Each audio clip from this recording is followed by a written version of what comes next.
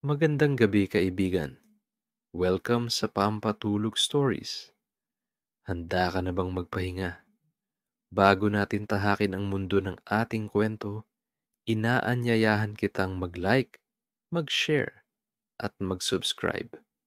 Maliit na bagay, pero napakalaking tulong para makagawa pa tayo ng mga kwento na magpapakalma at magpapatulog sa iyo gabi-gabi. Shoutout sa ating mga avid listener, kabilang sina Ray Oplas from Taiwan, Maki Alcaraz, Mark Wilson Alvarez, at sa iba pang sumusubaybay sa ating mga kwento. Maraming salamat sa inyong suporta. Paalala lang, ito lang ang nag-iisang channel ng Pampatulog Stories. Sa gabing ito, samahan mo kami sa isang simpleng kwento mula sa isang looban. Isang lugar kung saan ang gabi ay tahimik, ang mga ilaw ay banayad, at ang bawat halakhak ay nagdadala ng init sa puso. Makikinig tayo sa mga kapitbahay na nagkukwentuhan, sa batang masayahin, at sa maliit na aso na laging handang protektahan ang kanyang pamilya. Sa kwentong ito, mararamdaman mo ang kapayapaan, ang simpleng saya, at ang aral na dala ng gabi sa looban. Huminga ka ng malalim at hayaang ang bawat salita ay dahan-dahang dumampi sa iyong isip. Ngayon, simulan na natin ang ating kwento. Sa isang maliit na looban sa gitna ng lungsod, dumating ang gabi ng dahan-dahan. Ang araw ay tuluyang nagpaalam at ang liwanag ng kalangitan ay unti-unting napalitan ng mga kumikislap na bituin. Sa kabila ng init ng maghapon, ang simoy ng hangin sa gabi ay tila may dalang ginhawa. Ang mga bata na kanina pa naglalaro ng habulan at text ay unti-unting umuwi sa kani-kanilang bahay. Naiwan ang tunog ng mga kuliglig, ang alulong ng isang aso sa malayong kanto, at ang paminsang kaluskos ng dahon na hinahaplos ng hangin. Ang looban ay simpleng lugar lang. Masisikip ang mga bahay, magkakadikit ang bubong, at halos magkapit bahay ang bawat pamilya. May mga nakasampay pa ring damit sa alambre, nakikisabay sa amoy ng piniritong isda mula sa kabilang bahay. May mga plastik na silya sa harapan ng bawat pinto, laging handang upuan ng mga kapitbahay na mahilig magkwentuhan. Sa tabi ng looban nakaupo si Mang Bert, isang matandang janitor sa isang eskwela. May hawak siyang walis tingting, hindi dahil naglilinis pa siya, kundi parang kaugalian na lang na hawakan ito kahit wala nang winawalis.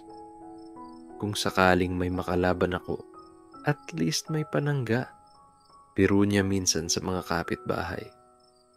Lagi siyang nakaupo sa bangkong kahoy, nakatanaw sa paligid, tila bantay ng buong looban.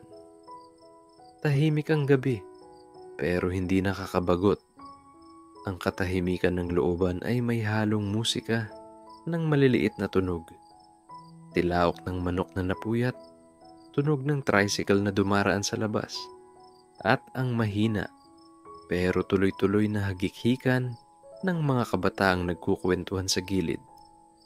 Minsan, bulong ni Mang Bert sa sarili, parang ang looban natin ay isang malaking teatro.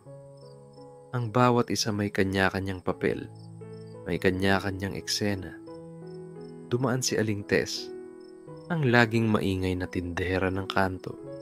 May dala siyang bilao ng kakanin na hindi naubos. "Bert, gusto mo ng sapin-sapin? Libre na lang ito, baka masira bukas." Ngumiti si Mang Bert. "Libre? Aba, baka naman bukas bigla akong singilin ng utang." Tumawa silang dalawa. Sa simpleng biro, nabasag ang lamig ng gabi. Tinanggap niya ang kakanin at kinain ng dahan-dahan habang iniisip na sa hirap ng buhay, ang libreng pagkain ay parang biyaya ng langit. Sa kabilang dulo naman, maririnig ang boses ni Totoy, isang batang 7 taong gulang. "Nay, pwede pa bang lumabas? Hindi pa ako inaantok." Sagot naman ng nanay niya, "Hindi na, baka ikaw ay makagat pa ng lamok at akalain nilang dessert ka." Tumawa ang mga nakarinig.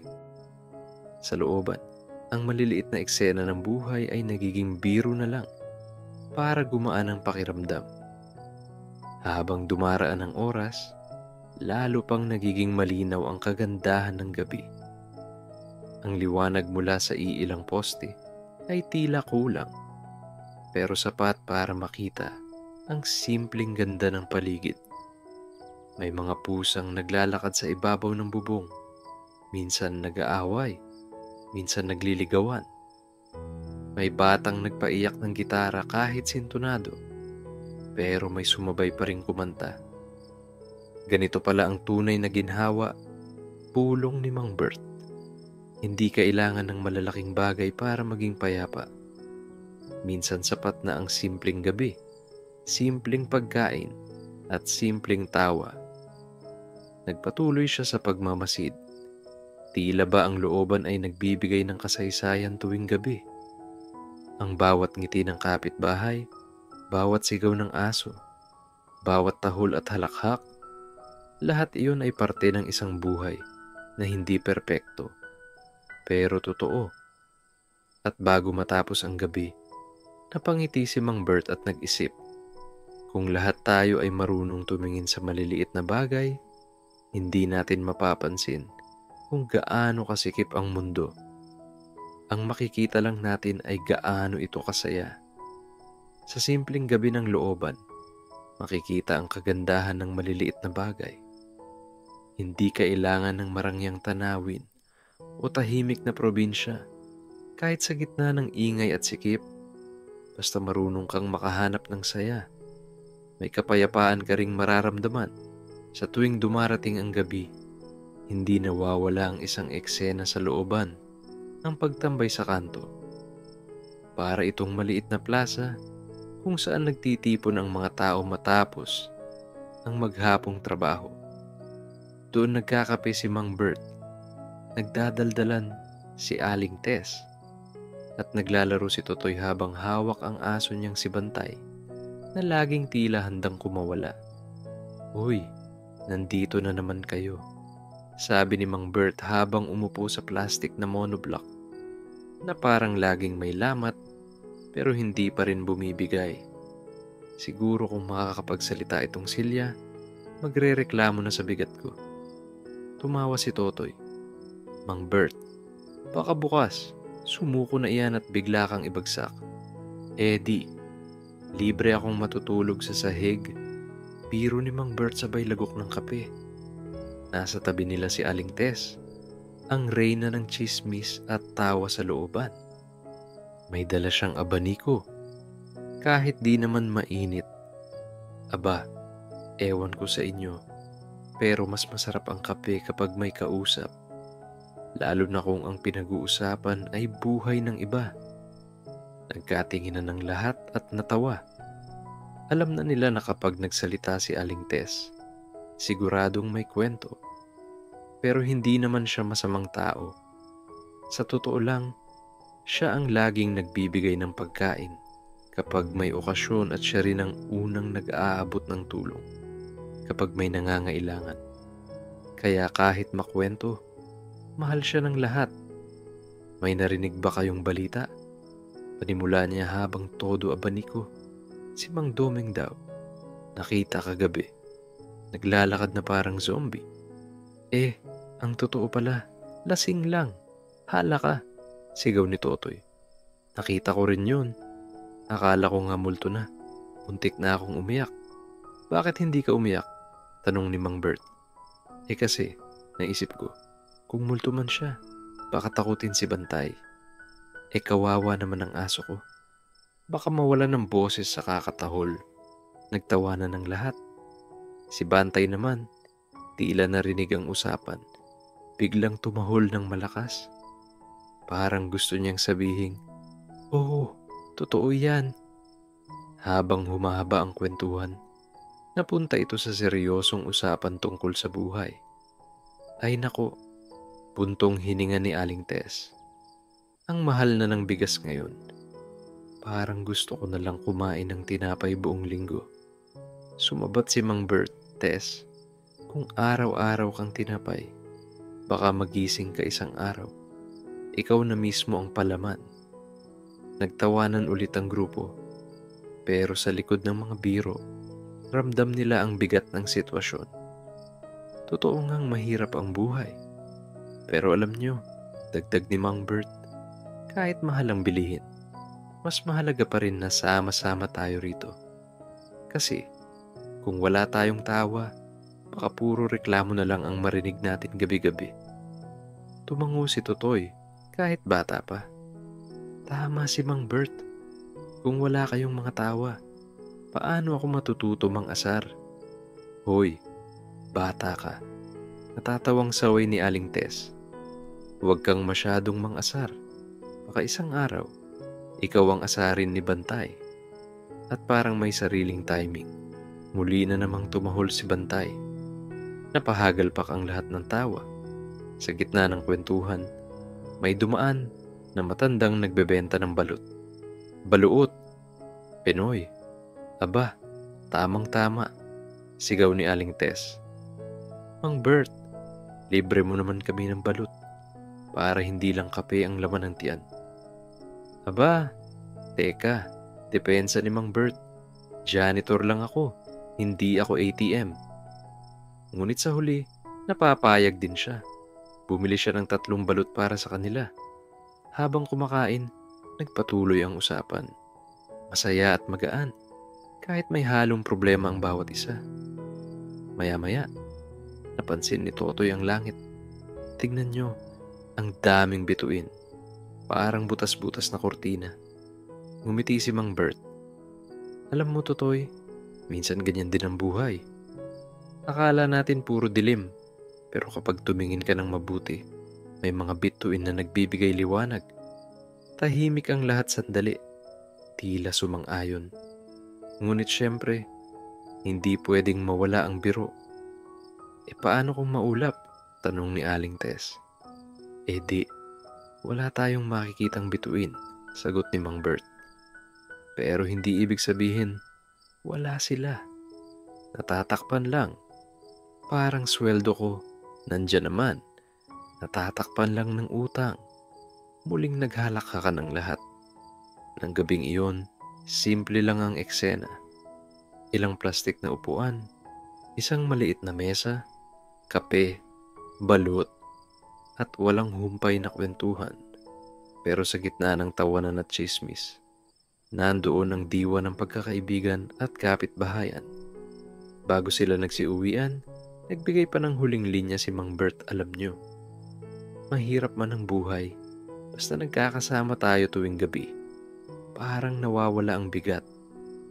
Kaya huwag kayong mawawala rito sa kanto. Kung hindi, ako ang hahanapin ng silyang ito. Sabay tawanan naman ang lahat. Minsan, ang pinakamahalagang bagay ay hindi pera o luho, kundi ang pagtawa at pagkukuwentuhan, kasama ng mga taong nakakaunawa sa iyo. Sa kanto ng looban, natututo tayong humarap sa hirap ng buhay ng may gaan at ngiti. Sa bawat looban, laging may isang aso na kilala ng lahat. At dito sa kanilang looban, walang iba kundi si Bantay, ang aso ni Totoy. Maliit lang siya, kulay brown, medyo payat, pero ang tahol ay parang galing sa isang malaking Doberman. Kung makakarinig ka ng kanyang malakas na arf, arf, arf, iisipin mong may halimaw na paparating. Pero sa totoo lang, kahit pusang gala ay kaya siyang itaboy. Isang gabi, habang naglalaro si Totoy ng holen sa gilid ng kalsada, naroon din si Bantay, nakatali sa poste, pero parang bantay sa lakay ang dating. Tuwing may dumaraan na tao, kahit kapitbahay, todo ang kanyang tahol. Bantay, sigaw ni Totoy. Tama na. Baka isipin nila nilalabanan mo ang buong barangay. Ngunit imbes tumigil, mas lalo pang tumahol si Bantay. Lalo na nang dumaan si Mang Bert na may hawak na walis tingting. Aba Bantay, Sabi ni Mang Bert habang umiwas. Parang gusto mong subukan ng walis ko ah. Pero tandaan mo, hindi ito espada. Pangkalat lang ito. Naghahalakakan ang mga kapitbahay na nakakita. Si Totoy naman, halos mapaluhod sa kakapigil kay Bantay. May pagkakataon din na kahit wala namang dumaraan, biglang titili si Bantay sa tahol. Totoy, tanong ni Aling Tess minsan, anong problema ng aso mo? May nakikita ba siyang hindi natin nakikita? Sumagot si Totoy, baka pumulto. Sabi kasi ni nanay, may mga nilalang na nakikita lang ng aso. Napahinto ang lahat. Sandaling natahimik ang looban. Lumingon pa ang ilan sa dilim ng eskinita. Pero biglang nagbiro si Mang Bert. Kung multo nga, sana sila na lang ang magbayad ng kuryente. At least may silbi. Nagtawanan na naman ang lahat. At si Bantay, tila na inis dahil hindi siya pinansin, tumahol pa ng mas malakas. Minsan naman, may kakaibang eksena.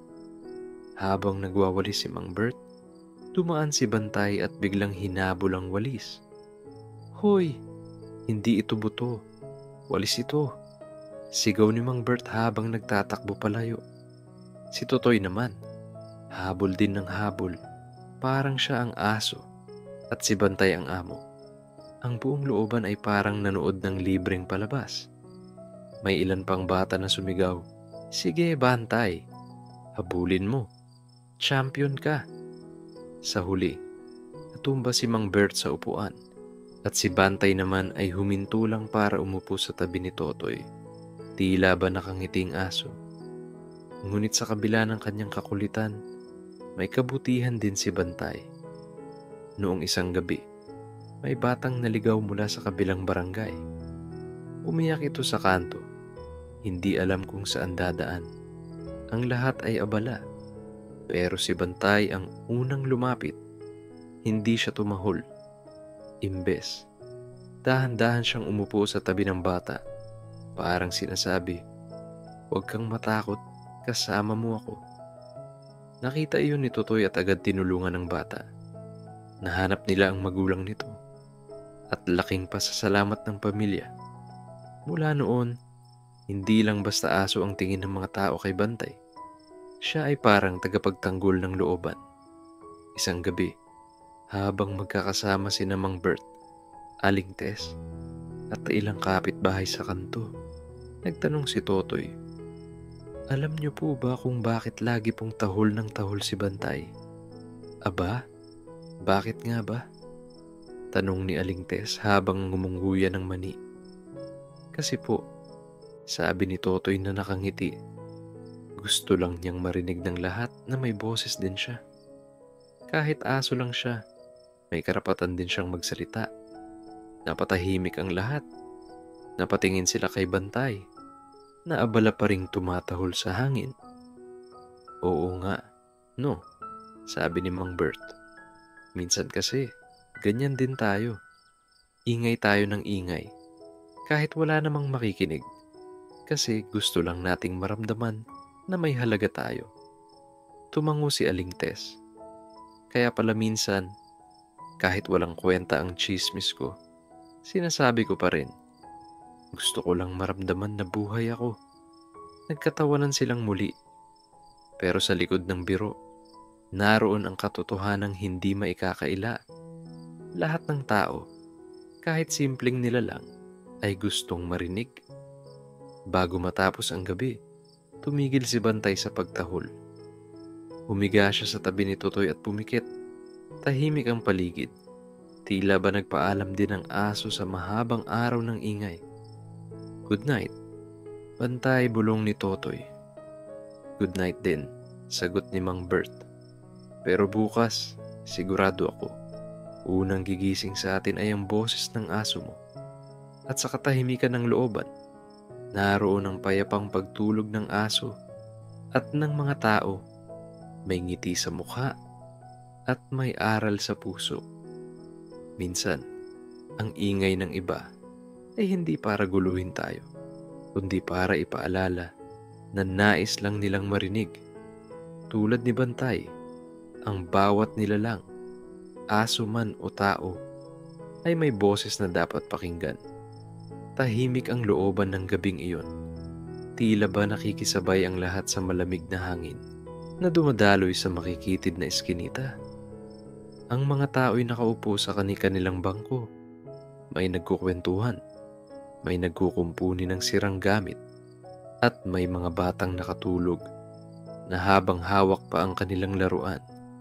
Ngunit bigla, isang tik mula sa poste ng kuryente ang narinig, at kasunod noon ay ang biglaang pagkawala ng ilaw. "Brown out!" sigaw ng isang bata. Sa isang iglap, nalubog sa dilim ang buong looban. Wala nang liwanag kundi ang kaunting kinang ng buwan at ang mahihinang bituin sa langit. "Aray!" reklamo ni Mang Bert na nadapa. "Hindi pa ako handa sa dilim na ganito. Akala ko langit na agad, ayun pala lupa." Narinig ng lahat ang kanyang banat at natawa kahit hindi nila makita ang isa't isa. Naglabasan ang mga tao, dala ang mga kandila, posporo, at ilang lampara. Ang bawat sulok ay nagkaroon ng munting apoy na nagbibigay liwanag. Kahit maliit, sapat na para makita ang mga mukha ng kapitbahay. Habang nagsisindi ng kandila si Aling Tess, biglang may kumalusko sa gilid. "Ay naku, multo!" sigaw niya. Ngunit nang silipin, pusa lang pala na dumaan. "Tess, pusa lang iyan," sabi ni Mang Bert. "Kung multo man, siguro magbabayad ng kuryente yan para maibalik agad ang ilaw. Eh di sana multo na lang lahat ng kapitbahay ko." Sagot ni Aling Tess sabay tawa. Naging biro ng lahat ang dilim. Pero sa kabila ng halakakan, ramdam pa rin ang kakaibang pakiramdam. Iba ang hatid ng dilim.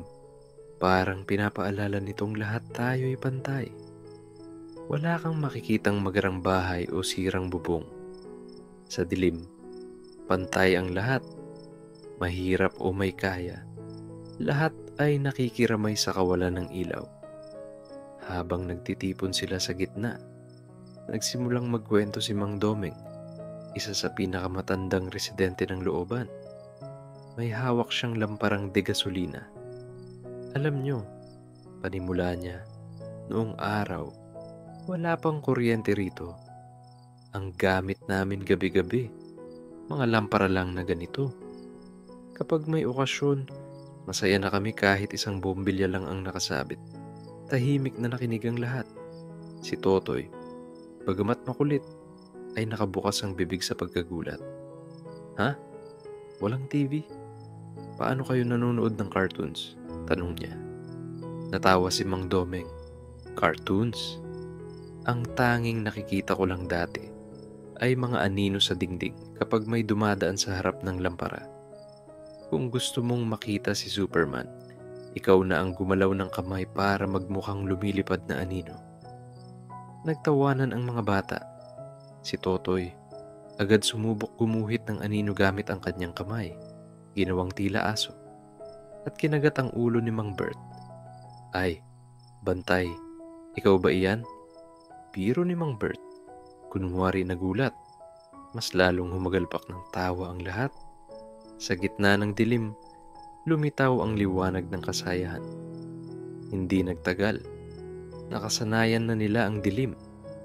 Ang liwanag ng kandila at lampara ay nagbigay ng kakaibang ganda sa paligid.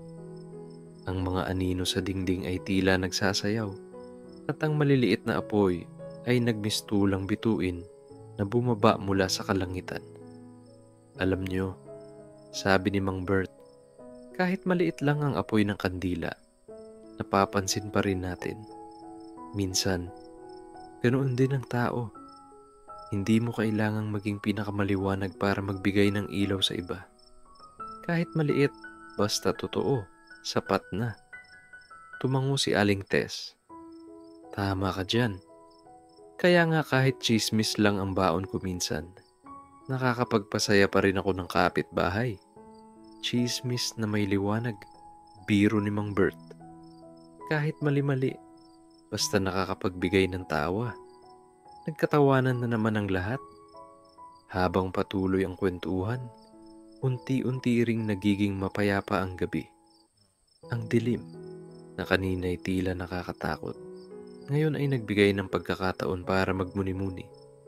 Si Totoy, nakatingala sa langit. Ang ganda pala ng mga bituin kapag brownout. Mas maliwanag sila. Ngumiti si Mang Domeng. Iyan ang hindi nakikita ng karamihan. Sa sobrang liwanag ng mga ilaw ngayon, nakakalimutan na nating tumingin sa mga bituin. Pero kapag dumating ang dilim, saka lang natin sila napapansin. Napaisip ang lahat. Totoo nga, sa dilim, lumilitaw ang mga bagay na hindi napapansin sa liwanag. Makalipas ang ilang oras, biglang bumalik ang kuryente. Nagliwanag ang buong looban. At ang mga tao'y nagsigawan sa tuwa. Yehey! Sigaw ng mga bata. Ay salamat, makakapag-Facebook na ulit ako, sabi ng isang kabataan.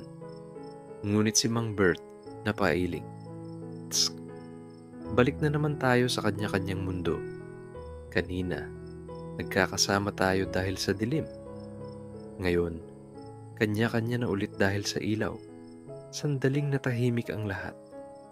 Totoo nga naman, sa pagkawala ng ilaw, mas naging malapit sila sa isa't isa. Ngayon, babalik ulit sa dati, TV, cellphone, at sariling abala. Bago nagsiuwian ang mga tao, nagsalita si Mang Bert. Alam nyo, ang dilim minsan ay hindi parusa. Isa yang paalala na kahit anong liwanag ang mawala, basta't may kasama ka, hindi nakakatakot ang gabi. At kung wala ka mang makitang ilaw, baka ikaw mismo ang kandila na kailangan ng iba. Tumango si Aling Tess at nagdagdag ng biro. At kung wala talagang kandila, pwede na ring posporo. Kahit saglit lang, basta may silbi. Nagtawanan ulit ang lahat. Sa huli, kahit bumalik na ang kuryente, naiwan sa puso ng bawat isa ang init ng samahan at ang aral mula sa gabing iyon. Sa gitna ng dilim, natututo tayong pahalagahan ang mga bagay na hindi natin napapansin sa liwanag. At tulad ng kandila, kahit maliit na liwanag, kayang magbigay ng pag-asa at saya, lalo na kung sabay-sabay tayong nagtitipon. Kinabukasan, habang papalapit ang gabi, may kakaibang ingay sa looban. Hindi ito yung karaniwang tawanan ng mga bata o alingaw-ngaw ng tsismis. May bagong mukha kasing dumating. Isang lalaking tila galing sa probinsya. May dalang malaking backpack, suot ang kupas na polo, at medyo alanganin ang lakad na para bang hindi sanay sa masikip na eskinita. Uy, sino iyon? Tanong agad ni Aling Tess habang nakasilip sa bintana. Baka maniningil ng utang, biro ng isa. Baka manliligaw ng taga rito. Sabat naman ng isa pa. Pero hindi nagtagal. Nalaman nilang pinsan pala ito ni Mang Bert. Ang pangalan niya ay si Boyet, isang simpleng magsasaka na pumunta sa Maynila para makipagsapalaran. Pinsan, mabuti at nakabisita ka. Masayang bati ni Mang Bert. Ano, kumusta ang bukid? Eto, ganun pa rin. Mga kalabaw, palay, at ulan. Pero sabi ko sa sarili ko, susubukan ko namang makita ang buhay dito sa syudad. Malay mo, dito ko matagpuan ang kapalaran ko. Agad siyang pinagkaguluhan ng mga bata. Kuya Boyet, marunong ka bang maglaro ng text? Marunong ka bang mag-basketball? Tanong ng mga malilikot na bata. Naku, sagot ni Boyet habang natatawa. Tex? Ang alam ko lang, Texas. Yung lugar sa Amerika. Nagtawanan ang mga nakarinig. Mabilis napansin ng lahat na si Boyet ay may dalang probinsyanong charm. Medyo nahihiya, pero palangiti at palabiro rin. Habang lumalalim ang gabi, nagtipon ng mga tao sa tapat ng bahay ni Mang Bert. Si Boyet ay pinaupo sa plastik na silya. At syempre, Hindi mawawala ang libre na namang kakanin ni Aling Tess. So Boyet, tanong ng isang kapitbahay, ano ang balak mo dito sa Maynila? Siguro maghahanap ng trabaho. Kahit ano, basta marangal. Kahit magtulak ng kariton, basta may kita. Kasi sa bukid, minsan kulang ang ani, minsan sobra naman pero mura ang bilihan. Tahimik ang lahat. Sa looban, bihira marinig ang ganitong usapan. Kadalasan kasi, puro biro, chismis, o mga problema sa tubig at kuryente ang pinag-uusapan. Pero ngayong gabi, tila mas malalim ang naging daloy ng usapan. Alam mo, Boyet, sabat ni Mang Bert, huwag kang matakot. Ang Maynila parang looban din. Masikip, magulo. Pero kung marunong kang magtiis at makisama, makakahanap ka rin ng puwang. Puwang? Parang siksikan na nga ang lahat dito ah. Biro ni Boyet. Muling nagtawanan ng lahat. Sa simpleng biro, gumaan ang seryosong usapan. Hindi nagtagal, isa-isa nang nagsalita ang mga tao. Si Aling Tess, ako nga, nagumpisa lang sa pagtitinda ng banana Q. Ngayon, may tindahan na ako ng kakanin. Maliit lang, pero nakakapagpaaral ng anak. Si Totoy na bata, ako po, gusto kong maging piloto. Pero sabi ni nanay, baka maging pedicab driver lang daw muna.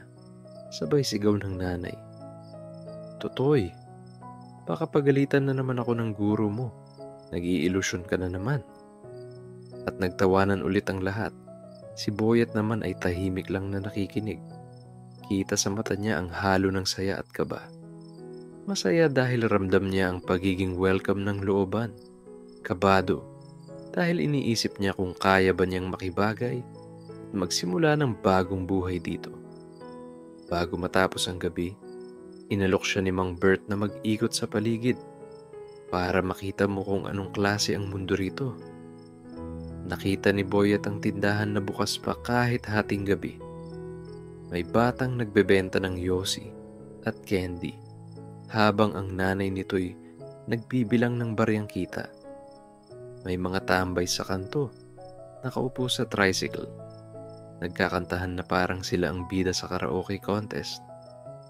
May isang matandang naglalako pa rin ng balut kahit malalim na ang gabi. Tahimik lang si Boyet habang nagmamasid. Sa isip niya, iba pala talaga rito sa probinsya.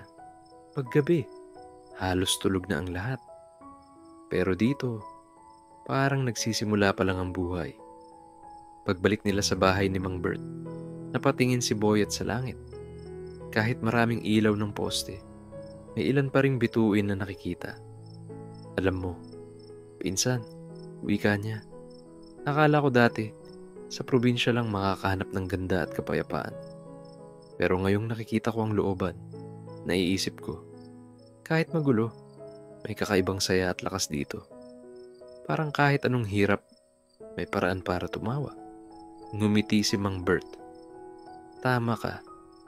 Ang sikreto, Boyet, ay hindi kung saan ka nakatira. Ang sikreto ay kung paano ka tumingin. Kung marunong kang magpasalamat sa maliit na bagay, kahit gaano kasikip, makakakita ka ng kaluwag-luwagan. Sa gabing iyon, natulog si Boyet nang may dalang bagong pag-asa. Hindi man siya sigurado kung ano ang naghihintay, malinaw sa kanya na sa looban, may natutunan siyang mahalagang bagay. Ang tunay na yaman ay nasa simpleng buhay, pagtutulungan, at kakayahang tumawa sa gitna ng hirap. Makalipas ang ilang gabi ng kwentuhan, pagtawa, at maliit na kaganapan sa looban, naramdaman ni Boyet na tila naging bahagi na rin siya ng komunidad. Hindi na siya ang estranghero sa makitid na eskinita. Ang bawat tawanan, bawat halakhak, at bawat kwento ay unti-unting naging pamilyar sa kanya. Ngunit tulad ng bawat gabi sa looban, may mga sandaling tahimik at mapagmuni-muni.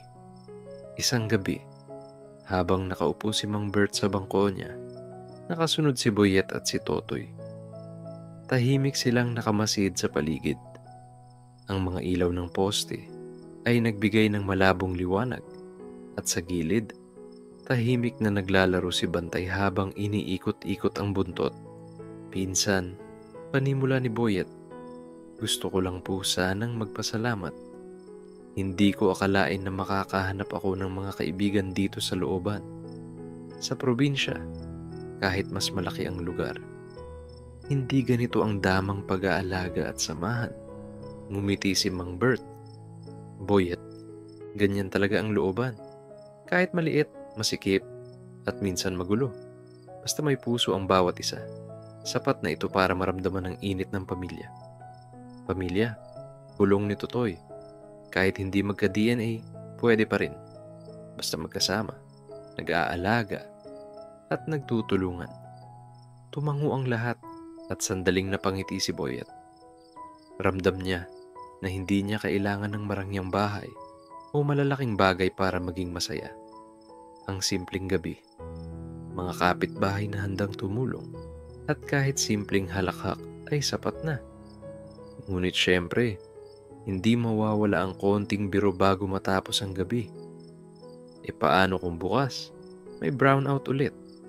Biro ni Aling Tess habang hinihigpitan ng abanikong hawak. E di, magkakilala ulit tayo sa dilim at siguradong matututo kang magbilang ng bituin, sagot ni Mang Bert. Pero Mang Bert, sabi ni Totoy, baka naman mas maraming aso ang magtuturo sa atin ngayon. Muling nagtawanan ng lahat. Si Bantay, tila nakakaintindi, tumahol ng malakas at sabay humaplos ang buntot kay Totoy. Habang papalapit na ang hating gabi, napag-isipan ni Mang Bert na magbigay ng payo sa mga bata at sa mga bisita. Alam niyo, panimulan niya, ang buhay sa looban ay parang gabi. Minsan tahimik, minsan masikip, minsan may brownout, minsan may ingay ng aso. Pero sa bawat gabi, may pagkakataon tayong magmuni-muni, magtulungan, at tumawa. Ang mahalaga ay hindi ang kung gaano kakinis ang daan, kundi kung paano tayo nakikita at pinapahalagahan ng bawat isa. Tumango si Boyet. Ramdam niya ang lalim ng sinasabi ni Mang Bert. Kung natutunan ko lang ang isang bagay sa looban, dagdag niya, yung simpleng kabutihan, pagtawa, at pagtutulungan. Sapat na yun para maging masaya ako, kahit anong mangyari sa buhay. Si Totoy naman, bagaman bata, ay nakangisi at sabay sabi, at kahit maliit na aso lang tayo minsan, pwede pa rin tayong maging malaking tulong sa iba. Bago tuluyang umalis ang mga kapitbahay sa kani-kanilang bahay, nagtipon-tipon sila sa gitna ng looban. May mga dala silang natitirang kakanin, may ilan namang nagdala ng maliit na lampara, at may mga bata pa ring naglalaro sa gilid. Si Boyet ay nakatayo sa gitna, nanonood ng mga simpleng kaganapan sa paligid. Ang bawat ngiti, bawat halakhak, at bawat tahol ni Bantay ay tila musika na nagpapaalala sa kanya kung gaano kahalaga ang mga munting sandali. Hindi ko inakalang ang simpleng gabi sa looban ay pwede ring magbigay ng aral at saya, bulong niya sa sarili. Ngumiti si Mang Bert at nagpatuloy. Laging tandaan, Boyet, kahit saan ka man mapunta, huwag kalimutan ng simpleng tawa, ang pagtutulungan, at ang kabutihan. Iyan ang ilaw na hindi natatabunan ng anumang dilim. At sa simpleng gabing iyon, natutunan ni Boyet, Totoy, at maging ng lahat ng nasa looban. Ang tunay na kayamanan ay hindi nasusukat sa laki ng bahay, dami ng pera, o taas ng edukasyon. Ang tunay na kayamanan ay nasa puso ng tao, sa pagtawa, sa pagtulong, at sa simpleng pagmamahalan ng komunidad. Bago tuluyang magsara ang gabi, nagbiro si Totoy, Pinsan Boyet. Bukas ba? May bagong bisita ulit. Baka oo, baka hindi, sagot ni Boyet habang nakangiti. Sino man? Siguradong maliligayahan kung makasama kami, dagdag ni Mang Bert. At sabay silang nagtawanan, sabay humaplos si Bantay ng buntot sa lahat. Tila ba sinasabi, ang gabi ay tapos, pero ang samahan ay magpapatuloy. Sa huling kabanata ng Gabi sa Looban, malinaw ang mensahe. Ang tunay na kayamanan ay nasa simpleng bagay, tawa, pagtutulungan, at pagkakaibigan. Ang kahit maliit na ilaw, kahit konting kabutihan, ay may kakayahang magbigay liwanag sa dilim. Ang bawat nilalang, tao man o aso, ay may mahalagang papel sa buhay ng iba. At sa wakas, natutunan ng lahat. Ang looban, sa kabila ng siksikan at simpleng pamumuhay, ay puno ng aral, saya, at pagmamahal na hindi matutumbasan ng anumang yaman. Ngayon, natapos na ang kwento ng Gabi sa Looban. Ang mga kapitbahay ay naghiwalay. Ang aso ay natulog sa tabi ng kanyang amo. At ang bawat ilaw sa looban ay nagbigay ng liwanag sa kanilang puso. Habang ikaw ay nakikinig, sana naramdaman mo rin ang kapayapaan na dulot ng simpleng gabi. At ang aral na kahit maliit na kabutihan, pagtawa at pagtutulungan ay sapat na upang magdala ng liwanag sa dilim. Huminga ka ng malalim. Maramdaman ang iyong katawan na unti-unting nagpapahinga at hayaang dahan-dahang bumagsak ang antok sa iyong mga mata. Mahalaga, kahit sa simpleng sandali, matutunan nating pahalagahan ang bawat halakhak at bawat yakap ng komunidad. Magandang gabi.